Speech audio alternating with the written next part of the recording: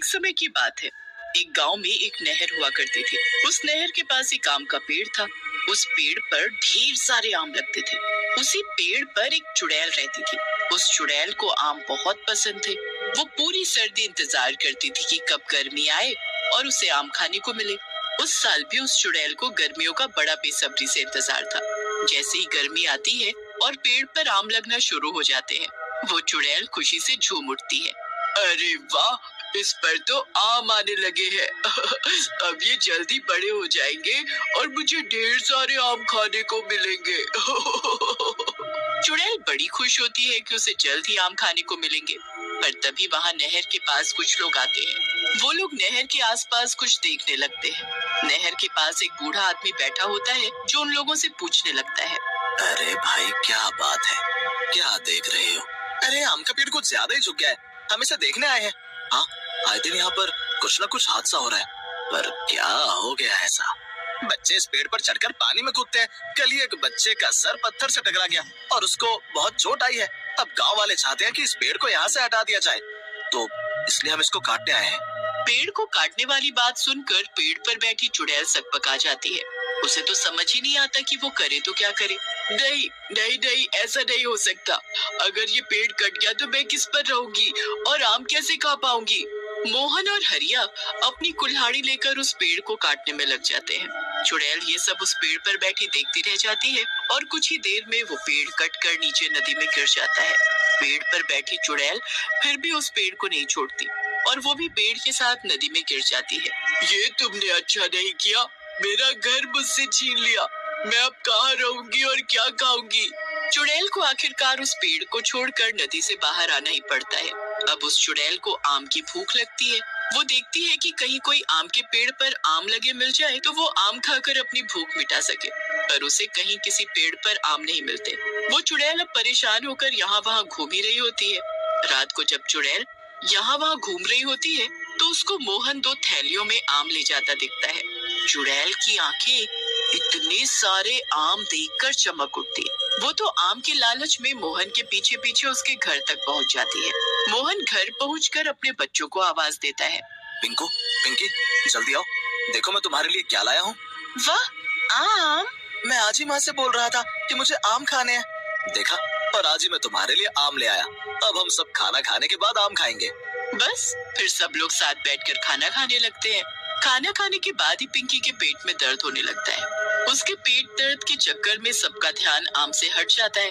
काफी रात में जाकर पिंकी का दर्द ठीक होता है और सब सो जाते हैं।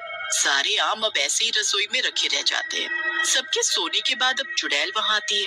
वो रसोई में जाती है और आम देखकर खुशी से पागल हो जाती है।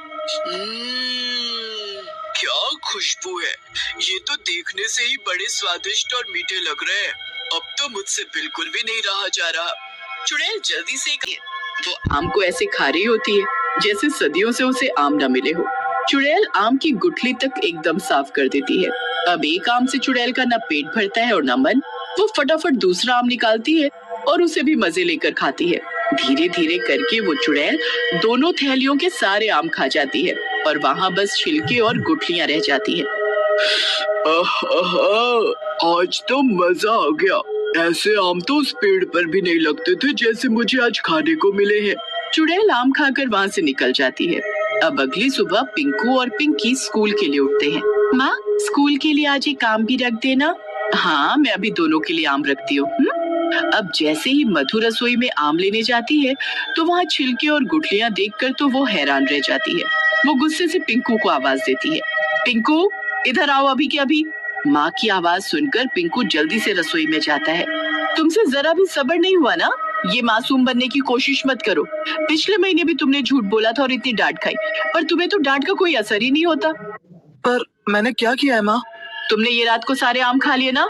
मैंने तो एक भी आम को हाथ नहीं लगाया माँ। कल रात को पिंकी के पेट में दर्द हुआ, इसलिए हमने आम खाए ही नहीं थे और मैं तो पूरा वक्त कमरे में ही था। हाँ, ये भी सही बात है, पर फिर आम खाए तो खाए किसने? और वो भी इतनी सफाई से कि गुठली पर जरा सा गूदा भी नहीं छोड़ा। 1-2 दिन में वो ये बात भूल जाते हैं, पर चुड़ैल रोज कहीं न कहीं से अपने आम खाने का जुगाड़ कर ही लेती थी। वो कभी किसी के घर घुसकर आम खाती तो कभी किसी के। गांव के लोग बड़े ही अचंभे में थे कि आखिर आम गायब कहाँ हो रहे हैं। फिर एक दिन कुछ औरतें कुएं के पास खड़ी इसी बारे में बातें करने लगती है। जाने क्या हो रहा है हमारे तो पड़ोस में। क्या हुआ बहन? अरे 2 बार से हमारे घर से आम गायब हो रहे हैं। क्या बोल रही हो? एक दिन हमारे घर से सारे आम गायब हो गए थे और बस गुठली और छिलके ही मिले। हाँ, बस ऐसा ही कुछ मेरे घर भी हो रहा है। जब आम लाओ सुबह तक गायब। हाँ सही में, कल ये पूरे 5 किलो दशहरी आम लेकर आए थे। हम दोनों ने एक एक आम खाया और बाकी रख दिए, पर सुबह देखा तो आम की जगह बस गुठली और छिलके ही मिले। ये जरूर किसी आम चोर का काम है। कोई तो है जो सबके घरों से आम चुरा कर खा रहा है। अरे पर जो भी है, कोई क्या एक साथ 5 किलो आम खा सकता है? हाँ ये तो सही कहा तुमने। मुझे तो ये कोई मंकी मैन का काम लग रहा है। एक बार मैंने सुना था कि शहर में मंकी मैन घूम रहा है। बस सभी औरतें यही सब बेकार की बातें करती रहती हैं और चुड़ैल गांव से आम चुरा कर खाती रहती है। अब काफी दिन हो जाते हैं और लोग बड़े ही दुखी हो जाते हैं। उनको जानना होता है कि आखिर ये काम कर कौन रहा है। एक दिन गांव वाले उस आम चोर को पकड़ने की योजना बनाते हैं। वो गांव के बीचों बीच एक आम का टोकरा रख देते हैं और उसके आसपास जाल बिछा देते हैं। उसके बाद सब यहाँ वहाँ छुप जाते हैं। थोड़ी देर बाद वहाँ आम चोर चुड़ैल आ जाती है। आम की टोकरी देखकर उसके मुंह से तो पानी टपकना शुरू हो जाता है।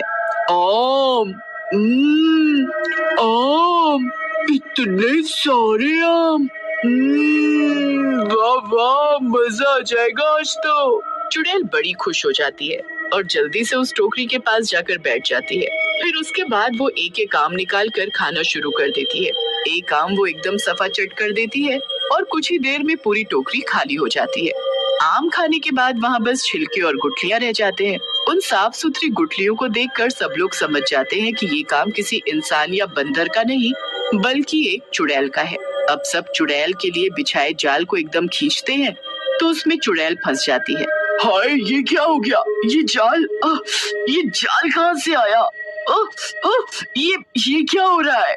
जब चुड़ैल पूरी तरह जाल में फंस जाती है तो सब गांव वाले उसके सामने आते हैं। तेरी वजह से हम गांव वाले कितने दुखी हो गए हैं। हम अपने लिए आम लेकर आते हैं और तू रात को आकर उन्हें सफा चट कर जाती है। इतने दिन हो गए हमें परेशान करते करते। अब देख हम तेरा क्या हाल करेंगे। सच में इसे तो बिल्कुल मत छोड़ना कोई। तुम लोग ये मेरे साथ अच्छा नहीं कर रहे हो। मैंने तुम्हारा क्या बिगाड़ा है? तो हमने क्या बिगाड़ा है? आम तू हमारे चुरा रही है और उल्टा हमें बोल रही है। हाँ बोलूंगी, क्योंकि तुम दोनों की वजह से मेरी ये नौबत आई कि मुझे लोगों के घर से आम चुराने पड़ रहे हैं।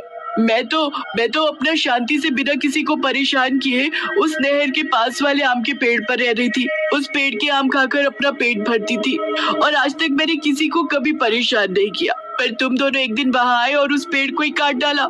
मेरा घर और मेरा आम दोनों मुझसे छीन लिए। चुड़ैल की ये बात सुनकर गांव वालों को एहसास हुआ कि गलती इसमें सारी उनकी खुद की है और उस चुड़ैल के साथ बुरा हुआ। हमें पता ही नहीं था कि उस पेड़ पर तुम रहती हो और हमने तो अपने बच्चों की भलाई के लिए ऐसा किया। मेरे पास एक रास्ता है, पर फिर तुम वादा करो कि फिर कभी हमारे घर के आम नहीं खाओगी। कैसा रास्ता? मेरे घर के पीछे मेरा लगाया हुआ एक आम का पेड़ है। उस पेड़ पर हमेशा आम लदे रहते हैं। तुम चाहो तो वहाँ जाकर रह सकती हो और तुमको आम भी खाने को मिल जाएंगे। अगर ऐसा है तो मुझे कोई दिक्कत नहीं, मैं वहाँ चली जाऊंगी और कभी किसी की आम नहीं खाऊंगी।